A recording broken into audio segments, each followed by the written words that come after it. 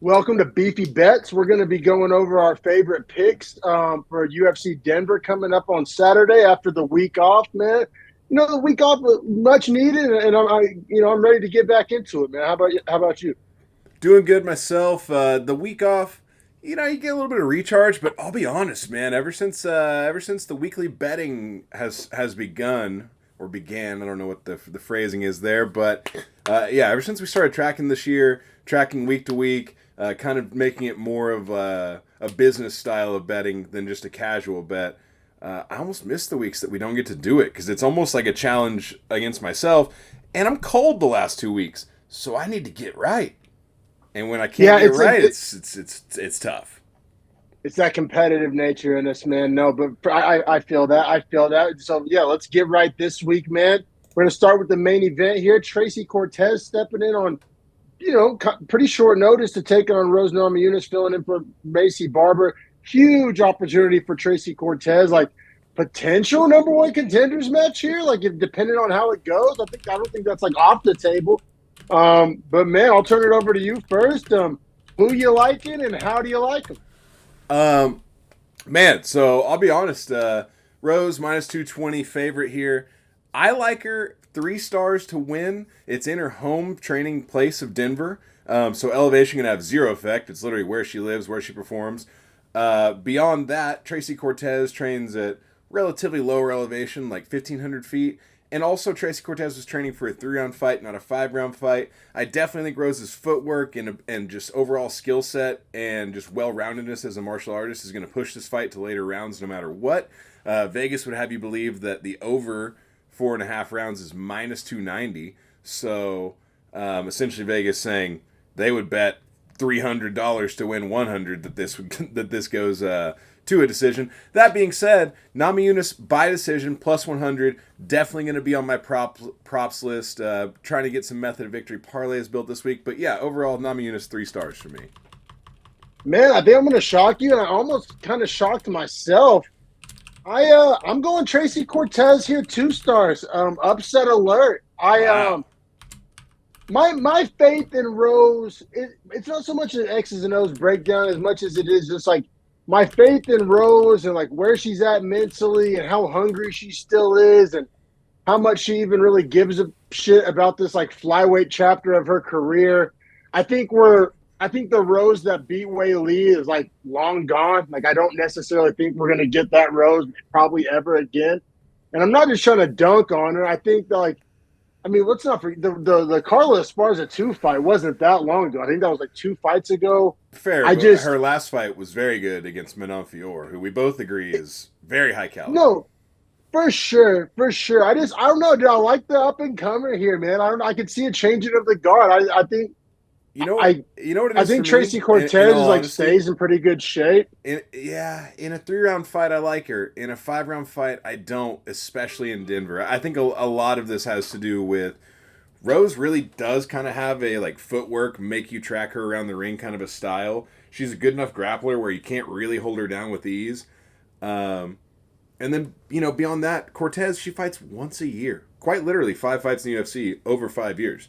So it's like, how much does Tracy Cortez even want to do it? Like she makes more money doing Nah, this other is stuff. revenge body season. She says, "I'm about to get that strap before you, Ortega." Listen. There, Brian Ortega is in a whole different. He's in a weird place. I think Tracy Cortez might be stealing his energy through witchcraft, but I still like Rose by decision. For sure. You know what? You might have talked me. I had Cortez 2 stars. I'll go with Cortez 1 star. But here's another piece of logic. Like, in my head, I had this money line way closer. Like, I thought maybe Rose minus 160. I definitely don't love the minus 220 value there. And Tracy Cortez at plus 180.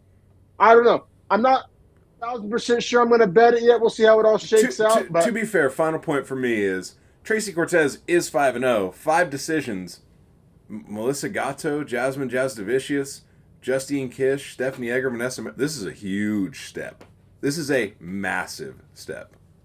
it is a huge step. It is. Yeah, it's a rise to the occasion moment.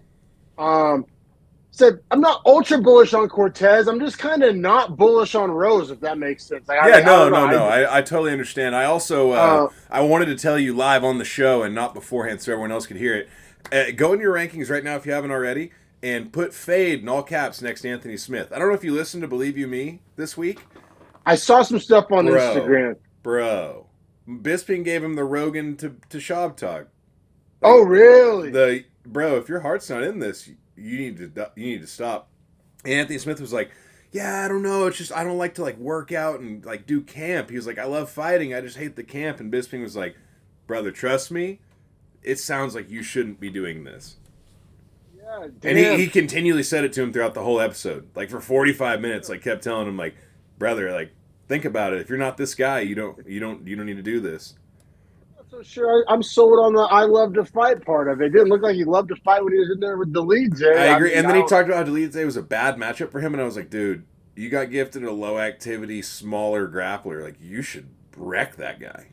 Yeah, no, I completely with you, man. But yeah, just to put a bow on this women's flyweight breakdown, this is basically a podcast first because I have Rose in my power rankings at 4.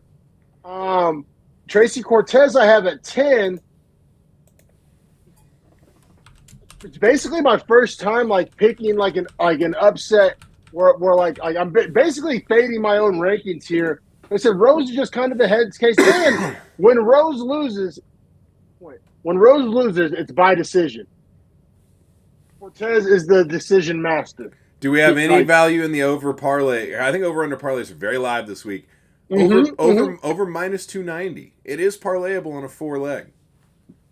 It is, yeah. Here, I'll put that in the props possibilities notes real quick.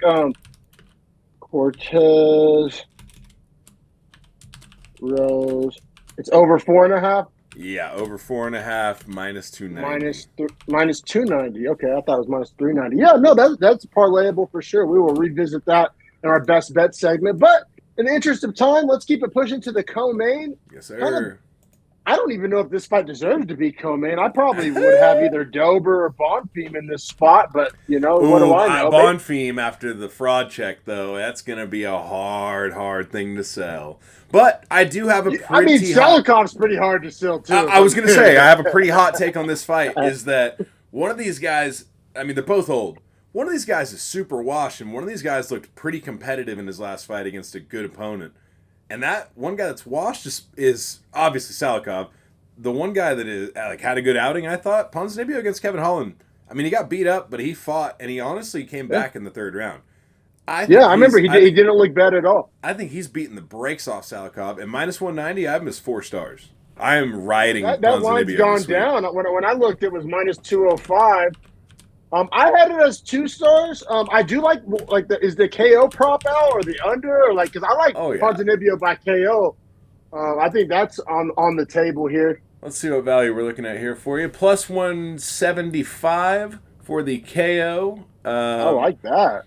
And if you're trying to look at over-unders here, I don't know what Vegas is going to run with. It looks like 2.5 is going to be the number. Right now, minus 120 under 2.5. Minus 105 over 2.5. Okay, pretty coin flip there. But I mean, I think we see where Salikhov gets knocked out, Ponzinibbio cracks and wins by knockout. I think Ponzinibbio by KO is live prop there. You know what? You talked me into adding a star there because I mean, Salikhov is a striker, and so his chin is gonna be available to be touched. No, he is a good striker, but he's an aging striker. I think he is older than Ponzinibbio. Power ranking wise, he's 40. 34. Ponzinibbio is 37. Sorry to cut you off there. Good, brother. Thanks for bringing that to the show. Ponzinibbio, I had him at 34 in my power rankings. Salikhov at 42. So a pretty decent little margin there. A couple little tiers. I think Ponzinibbio is going to be faster, more explosive, probably has a better chin. I like him in the striking matchup. You have him 4 stars. I added my 3rd. I think that's on the table for parlay for sure. I also think this play is very live. By the way, Ponzinibbio's last 4, split loss to Jeff Neal, split loss to Michelle Pereira, KO win over Morono, and then got finished by Holland late in the 3rd. It's not terrible in all honesty. And I think Salikhov is closer to that Morono level. Way closer. Probably worse. Yeah. Oh, Morono looked so bad last fight, but point well taken. You're not wrong. Well taken. Holy shit. I did want to. Oh, go ahead. Morono than he is a Jeff Neal or a Kevin Holland. Is my only point. I did want to add, you know, under 2.5 minus 120. This is an elevation. These guys are old. I do think there's a very legitimate chance they both kind of have the gentleman's agreement in their own mind of, I'm not fighting 15 minutes at this elevation. I don't know. I've thought about it. Yeah, see the elevation shit. I know you're factoring it a lot. I'm almost trying to not factor it in for the most part, and here's why. It's because you can straw man either argument. Basically, later I'm not going to with Charles Johnson, for instance. I'm not going to factor it in there because it's lighter weight. Like I think the heavier and more sluggish they fight and are, the more that elevation is an impact. I'm just saying. Here's the devil's advocate here. You could say because they know they're fighting at elevation, maybe each guy's decided, like, I'm going to be a little conservative here. Like, I'm not going to blow my load, which that favors the over. So I'm saying you can get lost in those type of, like, if I agree with you. Now, in a real world where both ideas exist, I think Ponzinibbio is closer to lean towards the I'm finishing this shit early because he's just a damn soldier of a fighter. Whereas I think Salikhov might be closer to the I'm going to try to dance around this inactively and get a decision here. I think there are the two philosophies, and I think the fighters might embody both. Yeah, that's actually, that might be the best way to look at it, man. Up next is one of the most intriguing matches. I said, I thought this should have been the co-main. Drew Dober taking on Gene Silva. Gene Silva, we just saw 2 weeks ago get the beautiful knockout win over Charles Jourdain. Yes, sir. Moving up from featherweight after missing weight twice at featherweight. We all knew he was going to have to move to lightweight. He's a real asshole for the guys he beat, too, because he kind of, Raul Rosas and Cameron Simon, obviously Peyton Talbot did his thing, but, like, this guy kind of murdered UFC prospects and missed weight. Oh, I'm sorry, that's Christian Rodriguez. John Silva. John Silva, same thing, though, missing weight. I will say, taking this fight after missing weight, only up 8 pounds, kind of like a hey, I'll fill it. I like it. Kind of builds some character for him, in my opinion. Yeah, well, you know what? I just don't like the matchup for him, man. Like, I'm pretty high on him, but, like, I think Dober's a guy you'd want a full camp for. Dober, trains in Colorado, home game for him. See, this is the one fight where I feel like I am going to factor in the elevation. I think Dober's way more prepared for the elevation. I'm pretty sure Brazil is not at elevation. Well, oddly enough, Fighting Nerds trades in Sao Paulo, which is 4,400 feet.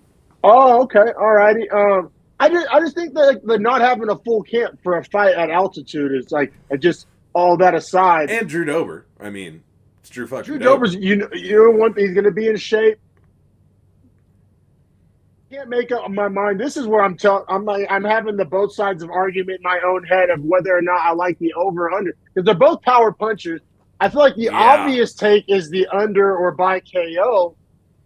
Like you said, with cardio being a factor, both guys do have chins as well. Correct.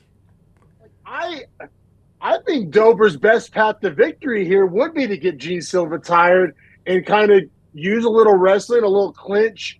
I think Drew Dober's best path to victory, and it's crazy. He just did an interview where he said he's like not focused on the knockout record anymore, and like he just got done speaking on that. I will say when you're not punching for knockouts, you tend to get them. That's Bisping's words, not mine. Yeah. I just maybe call it a hot take here. I like Dober either way, especially at minus 115. I love that number. He's minus 105 now, even better value. Even better.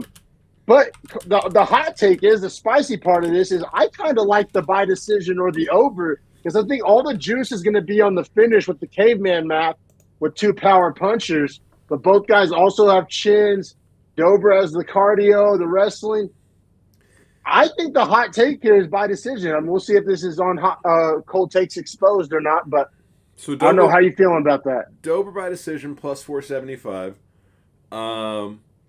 Dober by KO plus 205.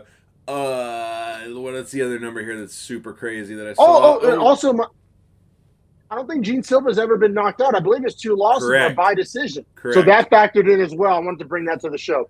Correct. I like that. Both guys have pretty solid chins, although I've seen Dober's be cracked, to be fair. Over 1.5 here, -120. That's the bet. Dober, Silva, over 1.5. What'd you say it was? -120. -1. That's parlayable as fuck. I'm high on that. I love that because it's 1.5. Because it kind of lets me have my cake and eat it too. Like I said, I'm coming in with a spicy take on the by decision. This kind of lets me have my cake and eat it too. Like over 1.5, I'm super bullish on. I'm more because like I said, both guys have power. Dober's AGN has got cracked, so I could maybe have my cake and eat it too here, where it goes longer than maybe some casuals think, but I still don't have to like fully stick my neck out on it going the distance. You know what I mean? I couldn't agree more. To be honest with you, I have Silva as 2 stars. I had him as 1 star, and then I listened to the Anakin Florian pod. K-Flow was betting damn near all of his roll that they, like the imaginary roll they play every week, on John Silva. He bet $800 out of $1,000 on him. Really? And he's and Kinflow's been on short notice. And Kinflow's been super hot recently. And he broke down like stylistically how this fight should happen. And he said that like both guys are going to be down to trade in the pocket. And he thinks that John Silva coming up in weight is going to have way more chin than Dober, and their power is about the same. He does cut a lot of weight, but he's had a full camp to cut it. I just removed a star. I'm going Dober 1 star. I had him 2 star. He talked me out of a star, but I think the real bet here, like real talk, this is a betting show. Like 1.5 rounds. Like that's what I feel confident giving our viewers. I like it as well. That's what I'm hanging my hat on. I especially like it after watching Charles Jourdain against him. Dober has speed. In the first 5 minutes, it's going to be hard for Silva to catch him. I think if and when Silva catches him, it's late second, early third. Yeah, also, though, man, and it maybe not happens, but I'm just saying it's an if and when. Like, if he does it, this would be when. Like, size does matter, bro. Pause. Well, Max Holloway, Justin Gaethje. Saying if you stood Drew Dober and Charles Jourdain next to each other with their shirts off, like, to be fair, John Silva can't even make featherweight. Like, he misses the weight. He might be an actual lightweight. Yeah, that's a solid point. But I'm talking about, like, I think everybody has fresh in their brain what he was able to do to Charles Jourdain. Like, Charles Jourdain is kind of like frail body. You know what I mean? Like, he's not like fucking properly jocked like he Drew might Dober. be more technical than Dober. Yeah, I think that's. And if John Silva caught him in closer in a, I don't know. I think, like I said, the over, yeah, over 1.5, 100%. Fuck the money line. Fuck the money 100%. line. Real talk. Like I was saying, that's one where I think in weeks past we would have fought to the death over it and then not made a bet. The over at -120 at a round and a half is absurdly good. We will keep it pushing though. Next up we have. Interesting fight. I have some interesting points here as to why. Oh, is it? Yeah, it is. And not as like betting a dog, but not betting a favorite. We have Gabriel Bonfim -370, Loosa +275. Dude, I only have Bonfim as 2 stars, and here is why. Loosa, never been finished. Absolute pussy, and did get finished by Brian Battle, but not really. You know what I'm saying? Wasn't finished by actual damage. Loosa is a tank. My other problem is, this is at maximum elevation. Bonfim is good for 8 minutes. He does not have a gas tank. So I think this is Loosa surviving damage, and then a absolute dog shit fight, where Loosa probably wins the 3rd round, in all honesty. You know what? I don't disagree. I think, but Angel Loosa winning the 3rd round looks a lot like Dan Ige winning the 3rd round and losing the fight, in my opinion. Yes, like I think 100% agree. I think Bonfim money line is still live. Like I had him at 4 stars. I'll let you talk me down to 3, but I think Bonfim by decision or Bonfim money line in a parlay. What's the line at? When I looked, it was 340. -370. Yikes. What's Bonfim by decision? Now, see, now we're talking. Now we're talking where this is where I can go with this bet. Bonfim by decision +340. There we go. And I think that's honestly the bet. Question mark in my notes. Because even before hearing all this and talking with you, I was already kind of feeling the decision. That kind of makes me, like, emboldens me, you know? Yeah, like I was telling you, I think method of victory props are going to be heavy this week with over-unders as well. This is not a big which guy am I picking. It's a lot of, I'm going to pick this person to win this way. It's a lot more specific this week, I think. I feel it. I just also think that Bonfim is levels above Loosa. Like, I think, like, not the perfect fighter, but just so much better than Loosa. Like, power rankings wise, for what it's worth, Bonfim, I have him at 26. Loosa, I have him at 47. Like, I really do feel like this is a mismatch. Listen, right, Loosa maybe slightly better chin, maybe slightly better cardio. Those are very important things. Plus 250, by the way. I misread which line I was on there. Bonfim by decision, plus 250. But either way, still great value. And I think my biggest takeaway here, man, in my breakdown of this fight is that Bonfim is going to absolutely be the better fighter, no doubt about it, for 9 minutes of this fight. Maybe 15, but guarantee you 9. So I'm just saying. I hate that take. I don't hate that take. And to Chael's credit, I just bring this to your attention because Loosa hasn't been finished. Absolute tank. Can take crazy damage. This is by far the best guy he's fought, and that's a guy who really likes Brian Battle. Like, I like Brian Battle a lot. I think Bonfim is more dangerous, more skilled, like has more paths to victory. Fully agree, but Bonfim does not have a gas tank that we've seen. And therefore, at elevation, and in Denver, I think it saps him to 7 good minutes. And I think this fight, honestly, would be a toss-up if Loosa wasn't so technically worse, if that makes sense. Yeah. No, I'm with it. I still like Bonfim quite a bit. Now, I don't like the minus 370. I like the by decision prop a lot more than I like the minus 370. We'll see how it all kind of falls when it comes time to assemble a parlay. But Bonfim kind of still a candidate in my opinion. But we can keep it pushing because this is one where I've kind of been disagreeing with the internet on. I've been seeing a lot of folks on X all over Rodriguez, C-Rod, bullishly, but it was plus 170. I kind of like old Juicy J. So C-Rod minus 220, Juicy J plus 180. It is at featherweight, so C-Rod won't miss the weight. That's good news. I remember the last time C-Rod fought, we just went on and on about how he's like not violent enough. He's not damaging enough. He doesn't have the mean streak, the killer instinct. I remember we went on and on about that. But he is fairly slick. And I think against a guy like Julian Erosa, he can just outpoint him for all 3 rounds. Outpoint him? I might even agree with that take. I just don't know if he can outdamage him. I agree, but I think he'll outpoint him and win the fight by decision. I have C-Rod as 2 stars. I honestly don't want to bet him because I think this is a dangerous fight. I think this is kind of a trap fight, if that makes sense. It's kind of like a trap game in football where it's like, yeah, you know you're better than this team. Like, yeah, I know C-Rod's a better mixed martial artist than Julian Erosa, but just like, I don't love the spot. I don't love the Juicy J's mentality versus Christian Rodriguez's mentality. Yes, that's where I'm at. Like, you know what I mean? Forgive me for sounding like Tank Abbott here. But remember when Tank Abbott, I don't know if you saw the Rogan episode, Tank Abbott went on Rogan, he went on and on about fighters' fortitude.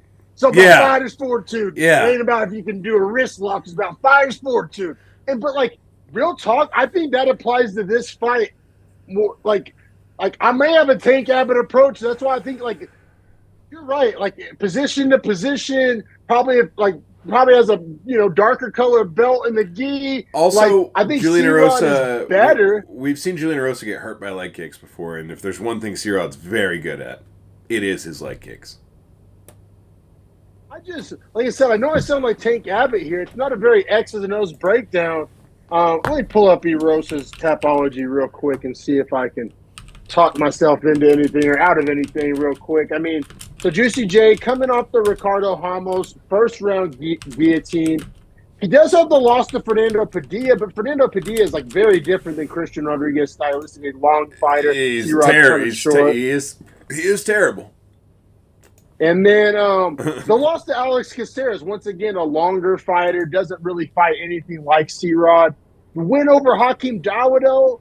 The win over Charles Jourdain with the Darce choke, so he like out grappled Charles Jourdain, which I don't know, man. I don't think Charles Jourdain's grappling is like worse than C-Rod's. I don't know if it's like way better. He has the win over Nate Landwehr, the win over Sean Woodson. I just think that like all these guys are more dangerous and harder puzzles to solve than C-Rod. I don't know. I'm like I said, not ultra bullish on it, but at some point we're going to need a dog of the week, and I think Erosa is a candidate. I guess C-Rod just doesn't check the danger box, bro. And like, this is a fucking fight. Yeah, at some point we are going to need a dog of the week, and if I was going to ride any fight as dangerous, it's probably Erosa, but I don't know, man. We'll revisit. We'll revisit when it comes time for dog of the week. We'll revisit. We can keep it pushing. Yeah, absolutely. I mean, God, it's a hard fight just because like C-Rod's the better fighter. But Julian Erosa might have more fighter's fortitude, in the words of Tank Abbott, and that's just like, yeah, it's just one that like, I guess I'm not going to feel bad betting on the plus 180, but I would feel bad betting on the minus 220 and missing it, if that makes sense. That's why I said like C-Rod's a guy I can't parlay this week. Oh no, you can't at all, my friend. All right, let's get pushing. Listen, Erosa's in serious consideration for dog of the week. I'll give it. I didn't want to, but I don't have a lot of dogs I like this week. I have a lot of over-unders, a lot of fight distance, a lot of method of victories. Like, I'm gonna have value. It's just not gonna be. You know what? We'll keep it pushing. It doesn't matter. We got Abdul Razak Alhassan taking on Cody Brundage. Brundage plus 140. Abdul Razak, whatever the fuck his name is. You get it. Minus 170. What do you got? What do you got? This fight's interesting. At first, I wanted to throw Brundage 3 stars dog of the week, and then I started thinking about it, and I'm not so sure about that. I'm back towards Alhassan, but probably one I'm not going to bet, in all honesty. No, basically, staying right with you. Talk about a guy I'm worried about his cardio at elevation. If this makes it to round 3, I love Brundage. Alhassan has to win by KO.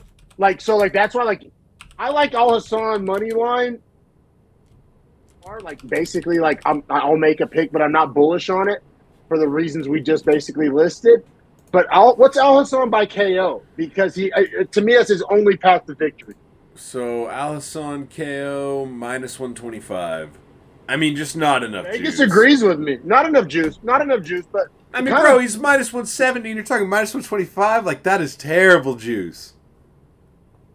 Terrible juice, but it does make me feel better about my Alhassan. The fact that there's not a lot of value. You know what I'm saying? Like, that's not like Vegas is kind of seeing it very similar. Is my point.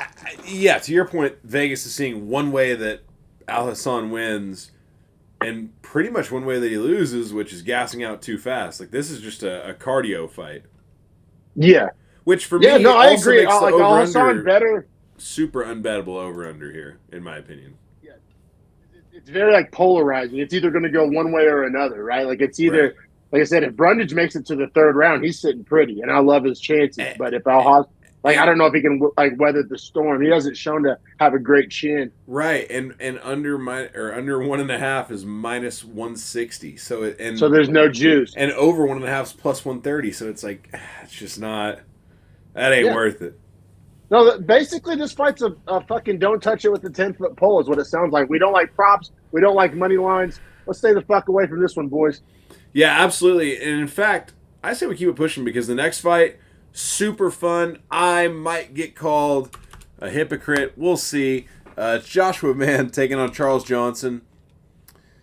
Tell me how you feel about it, and then I'll give you what could be considered a hot take based on my past opinions. I'm going to give you the anti-hot take. This is a no bet for me, and here's why. It all comes down to power rankings. I have Van at 19, Johnson at 20, which does make the Johnson plus 170 interesting. Correct. Because like I said, what's old boy's name? The better, I always forget his name. Better that went on Rogan. Billy Walters. Billy Walters. From a Billy Walters perspective, I have this as a coin flip. So if you're giving me plus 170 on a guy, if the value gremlins are in my ear, you could talk me into it. You really could. Let me basically the same number as Juicy J. Can I really value gremlin shoehorn you? Please do, because like I said, money line's a no bet for me. But I could be, I don't know. Yeah, I'm open to be. I'm at the car dealership. I'm looking. I got the wife with me. Let's see if you can sell me. So listen, I have Van Johnson as a no bet, right? Which we both do. Great for both of us. Now, as far as my money, Johnson by decision plus 300. I love that shit. And here's why. Yeah. At elevation, Yeah. this guy's a track star. He's not getting Yeah. tired. Joshua Van No, he from had an great island cardio. lives at sea level. I don't love that for Joshua Van. I also think Charles Johnson very tough. I think when you rock him, he's smart enough to shoot in on takedowns. He has good enough grappling, and he can muddy it up enough where he survives.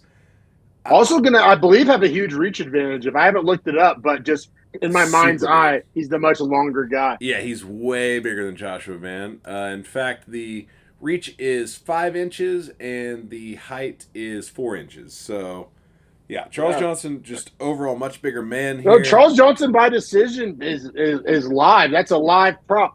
We will revisit that in the best bets. I'm glad you brought that. But yeah, we both agree the money line not really juice ain't really worth the squeeze in my opinion. But Johnson by decision at plus 300 gives you a little incentive to stick your neck out there. You know what I mean? Here's where I think I'm being blasphemous. Obviously, in Joshua Van's last booking, I liked him against Ulanbekov, but I don't like him here. But it has a lot to do with.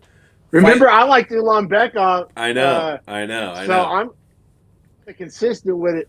Right, and that's why I was saying I could be hypocritical here, but I just think Charles Johnson, stylistically, his speed, his style, his ability to grapple, and honestly, cardio at this elevation.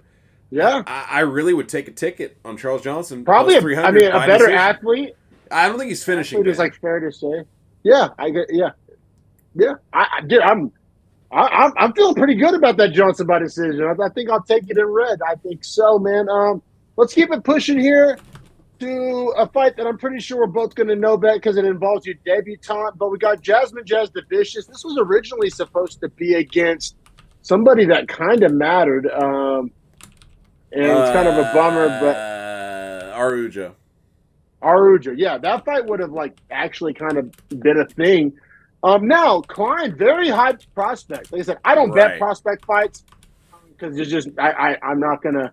I might as well go throw that money on the crap stable or a slot machine, or you know what I mean. There's just you're not basing it off of anything. So it's a no bet for me, technically. But I've been seeing a lot of stuff online about this Kline girl. Apparently, she was the #1 ranked unsigned fighter, literally floating around in the world. Yeah, it's pretty wild as far as, let's see what Caesar's line has moved like. So they opened it with Kline as the favorite at -130. It's been bet down to -110. I will say, for Caesars to put a girl 6-0 -130 against Jasduvicius, who's not terrible by any standard, is probably, I guess, top 20 in that division, which isn't saying a lot, but deserves a roster spot. She's not bad. She's not a can. She's not a koozie. She's an actual gal. Right. So yeah, man, this is an absolute no bet for me in every aspect. However, very interested to see if this Kline girl's worth the heat.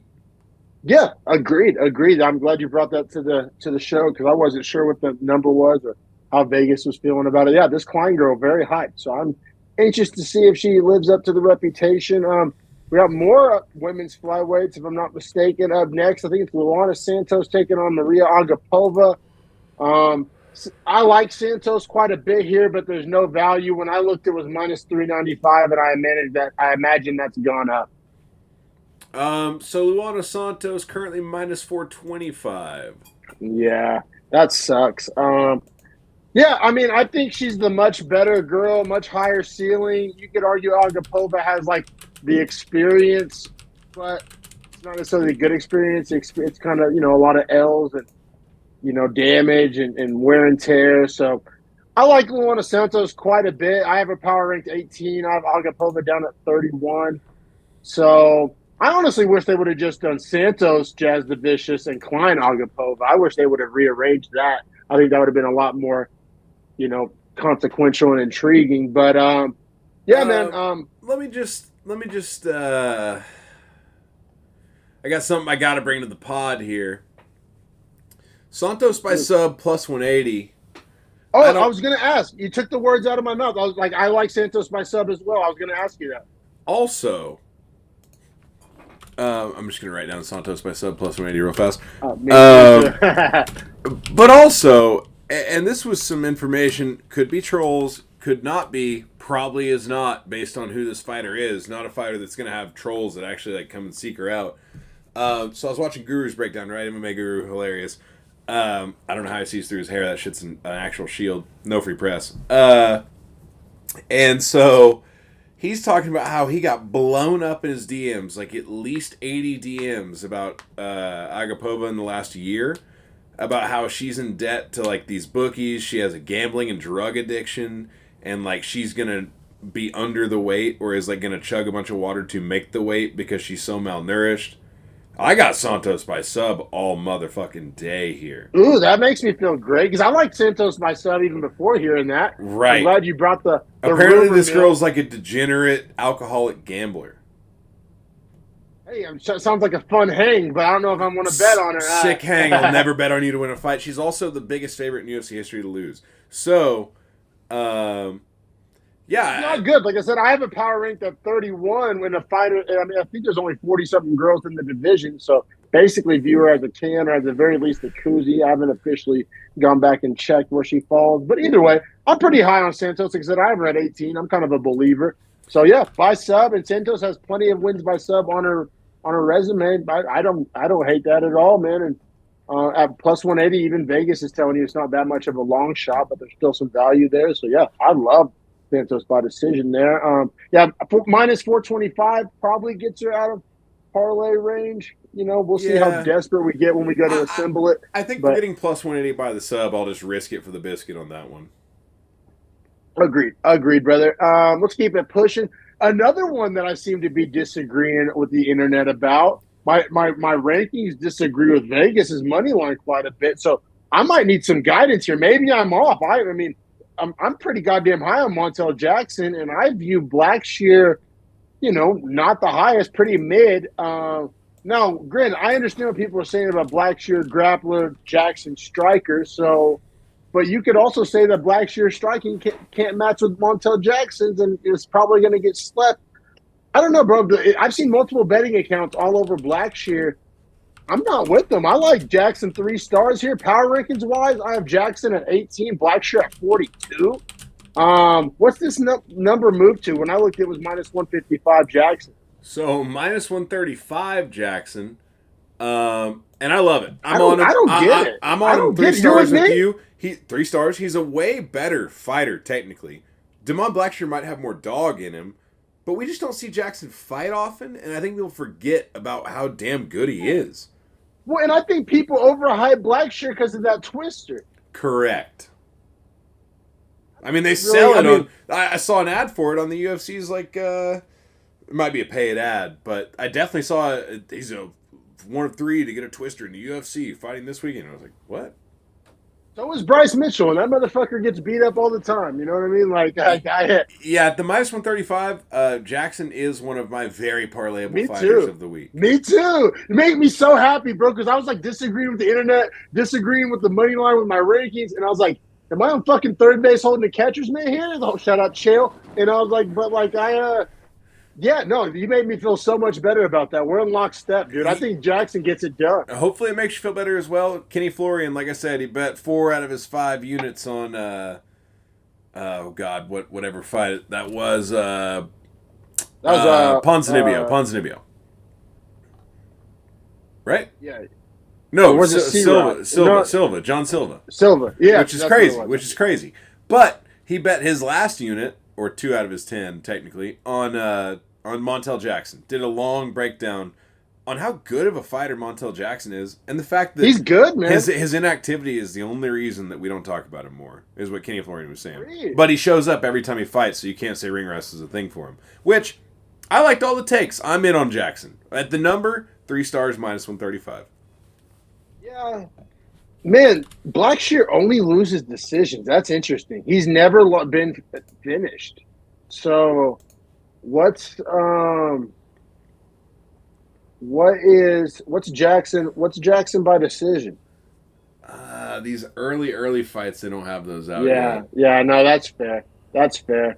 I will put that on there with a question mark though, because I said Blackshear has never been finished, so I just wanted to bring that to the pod. So if we're all over Jack, but also I don't know if we need to go value hunting there if the money line is -135. We might just need to take what they're giving us. But I it is agree. just curious. I wanted to bring it to the pod that Blackshear's never been finished. But yeah, we'll keep it pushing to the first fight of the card, fight of our breakdown. They added one that doesn't have odds, so we won't actually break it down. But they added Evan Elder and Darius Flowers, but no odds. Literally got added today. We're not going to break it down. That's a dog shit fight. That's like a fight for a contract in the UFC. That might as well be on DWCS, like we talked about, like the relegation. We talk about it all the time. That just needs to be like a minor league, fucking just like we're here in Reno. We got the Reno Aces, the AAA affiliate of the Diamondbacks. Like dude, Right. like just like when Dana White Contender Series needs to stop being one and done. It just needs to be like a B league, a B league, a developmental league, a AAA, whatever analogy you want to make. You're talking about a 12-7-1 vet fighting an 8-2 young guy that doesn't look good.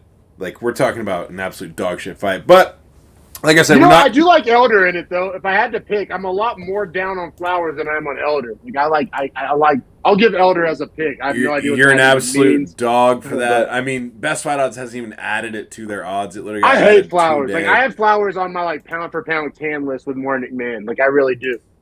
So I mean, it's more of a Flowers fade than it is a ringing endorsement of Elder. I'll be real.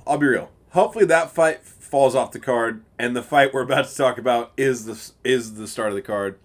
The curtain jerker. Actually, interesting fight here too. Andre Petroski -115, Josh Fremd -105. We had talked about how I guess essentially this is like a weird fight to break down because it's like, in my opinion, these guys are both probably koozies.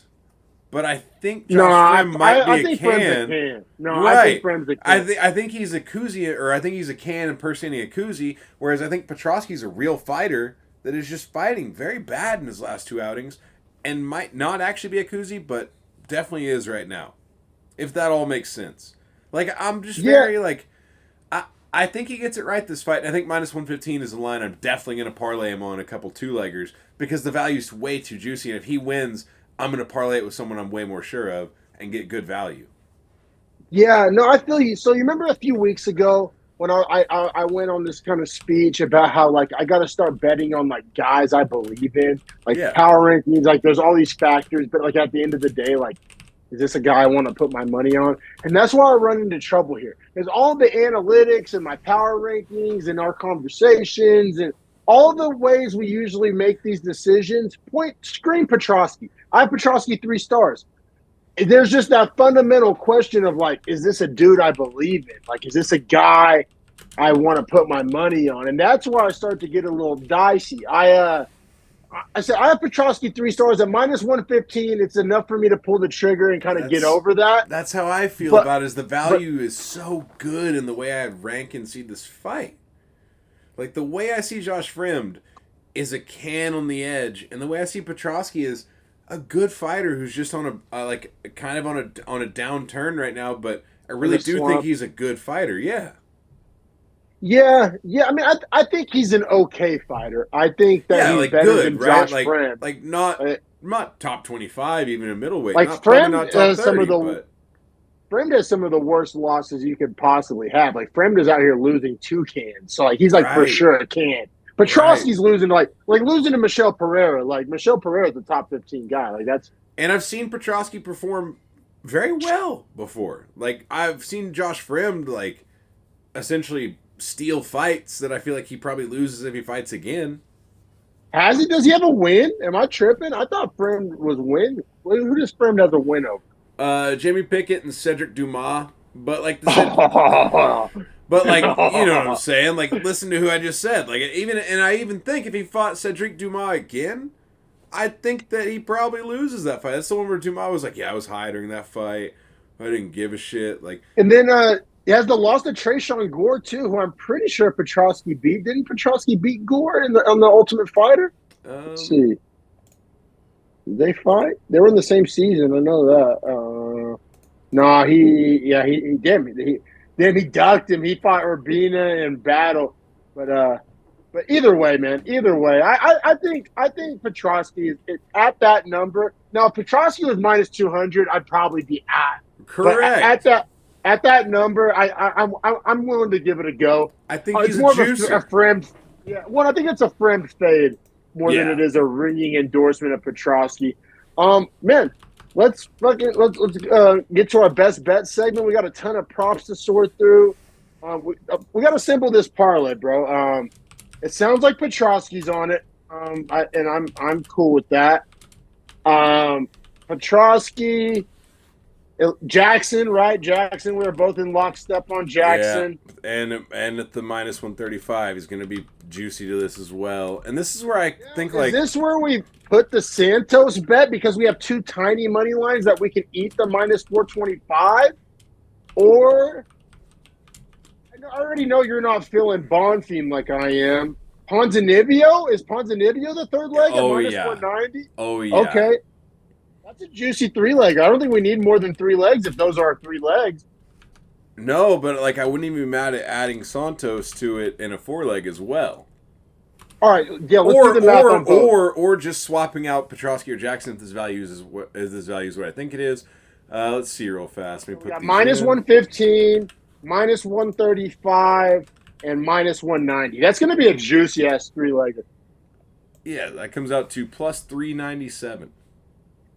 That's good for me. But for shits and giggles, if we add those to the four-legger, what does it come out to? If you add 425 to that. What is she, minus 425? Correct. Adding that, we get up to plus 515. That's interesting. That's actually kind of more juice than I thought we were going to get adding that. I don't think we need to take it further than there, do we? I mean... well, I wanted to talk about over-unders and maybe some method of victories props here, or parlays here.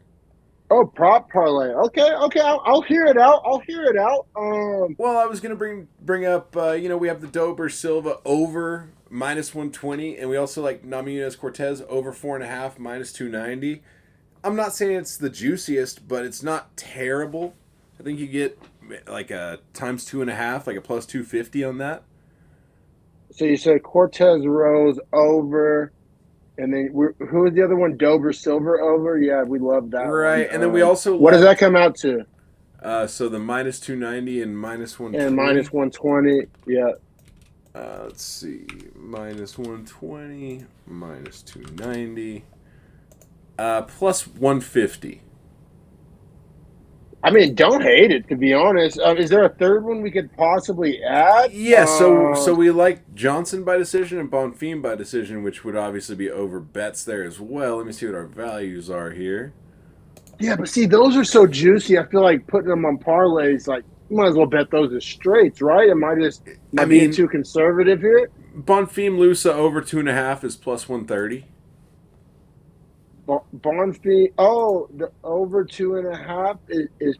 See, I think I'd rather just go Bonfim by decision because I still think he wins that. I think I'll stay on the two-legger at plus 150. I don't think I'm going to get greedy here. What about Johnson Van over at minus 350? What does adding that get us to? Plus 218. Yeah, I think I'm cool on it. Does it add enough juice for me? I think plus 150 two-legger that we feel really good about. I mean, Cortez, the decision machine. Rose, gone to plenty of decisions herself. I mean, the fact that Silva Dober's at minus 1.5. Yeah, I think I'm going to chill on that. But I don't hate that two-legger at plus 150. We'll sprinkle, especially on a week where we don't love a ton of money lines. Time for Dog of the Week segment. I guess it really comes down to Juicy J. I said I like Cortez, but I guess not as much as... I put Erosa as my dog for for myself. I just think same value, but I think his chances to win are much more live. Yeah, Erosa Dog of the Week plus 180. I'm not mad at it. That'll get a little unit sprinkle, and then you know what? If I'm gonna do Cortez and Rose, if I'm gonna do the prop parlay two-leg, then as far as actual props single bets go. I think I'm gonna hit the Bon. I think I'm gonna be a little bullish. I think I'm gonna go Bonfim by decision at plus 250 and Johnson by decision at plus 300 and leave it at that. Ponzinibbio by KO at plus 175. That's one where I'd be willing to parlay that with something. I just don't know. I mean, the scumbag bet of the week would be Ponzinibbio by KO parlayed with Santos by sub. That would be Juice City. I'm interested in hearing that out. What was Ponzinibbio by KO? Plus 175. Oh, I have one juicier for you, but I'll give you that one. Plus 175, plus 180. Yep, Santos by sub plus 180. You know what? What's I that? like that a lot. Plus 670. I like that. Plus 670? Oh, that's getting a unit. Fuck me. Fuck me. Plus 670? Yeah. Scumbag McGee has entered the building. Gremlins win this battle. I almost have to, because and you said that was oh god, who by KO? Ponzi by KO? Yeah, Ponzi scheme by KO and Luana Santos by sub. That's Man, Juice City. That's good Love value. that. The other one I was very much considering and probably am going to throw some units on because I'm disgusting. Santos and John. So Santos by sub, Johnson by decision. Plus 1,020. I mean, that's juicy. I just think Johnson by decision is juicy enough to bet as a straight. I think I'm going to do one unit on Johnson by decision straight. I'm doing one unit on the parlay and two on Johnson straight. Yeah, I think I'm going to do a unit on Johnson by decision straight, a unit on Bonfim by decision straight, Erosa dog straight, two prop parlays. I'm going to do the Cortez Rose over parlayed with Dober Silva over for plus 150. I might go two units on that. And then Ponzinibbio by KO, Santos by sub, two-legger plus 670. That's only getting a sprinkle. And then I think I'm going to go two units on the three-legger Petroski, Jackson, Ponzinibbio. And I'll do a sprinkle on the four-legger Petroski, Jackson, Ponzinibbio, and Santos. I think that's how I'm rocking. That sounds real nice. All right, so I got my money laid out here just now while you're breaking down yours for the crowd. So I'm going out of 10 units here. Let's just call it 10 units to make the math a little easier instead of half units. Going two on Johnson by decision, two on Santos by sub, one on Erosa as a dog, and then I got one unit on the Santos by sub, Ponzinibbio KO parlay, one unit on the Johnson decision, Santos sub parlay. I got a lot of money on Santos sub here. But Agapova, like I said, drug addict, gambler. I like it. The fade is on.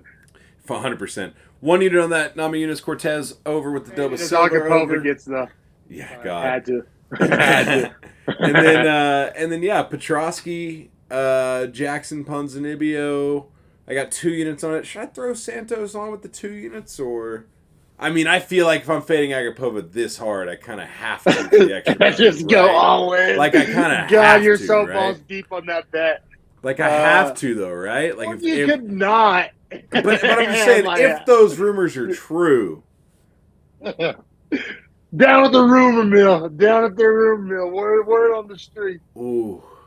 All right. I stayed away from Bonfim with my bets, so I am going to go with Santos on there. Fair, man.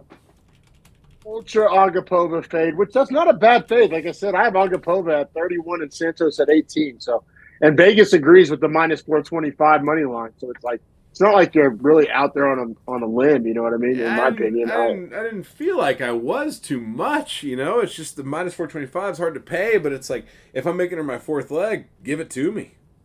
It adds way more juice than I thought it would. From plus 397 to plus 515, I think that's worth a unit. I agree. Yeah, I know. I'm with it. Yeah, that was Best Bets. That was, honestly, I feel like this card, I hope people enjoyed this episode because next week's, I've already looked at the odds on some of those. It's terrible. We are in a wasteland. The card's terrible. Yeah, we're in the desert. We're in the Nevada desert out here, bro. It's tough. But this episode was a good one. This one was a fun one. I liked it. I hope the people at home like it. Don't forget to like, share, subscribe. Check out. Speaking of subscribe, we just fucking hit 200 subs. So thanks to everybody that subscribed. Let's get this money this week. Whoever that 200 sub was, like, honestly, DM us. DM us. Like, I'll send you a UFC trading card. Like, I'm willing to work with you. We'll figure something out. Thank you, whoever you are out there. 200 sub was a big milestone for us, so we're very thankful. So, yeah, check us out on social media. You can DM us on Instagram. We're Beefy Boys Breakdown. On X, Twitter, whatever, Beefy Breakdown. We even got a Facebook page for the Boomers. So, yeah, whoever that 200 sub was, send us a DM, a little screenshot, something. We'll take care of it. Yes, sir. We will see you guys for the breakdown that ensues this mediocre card.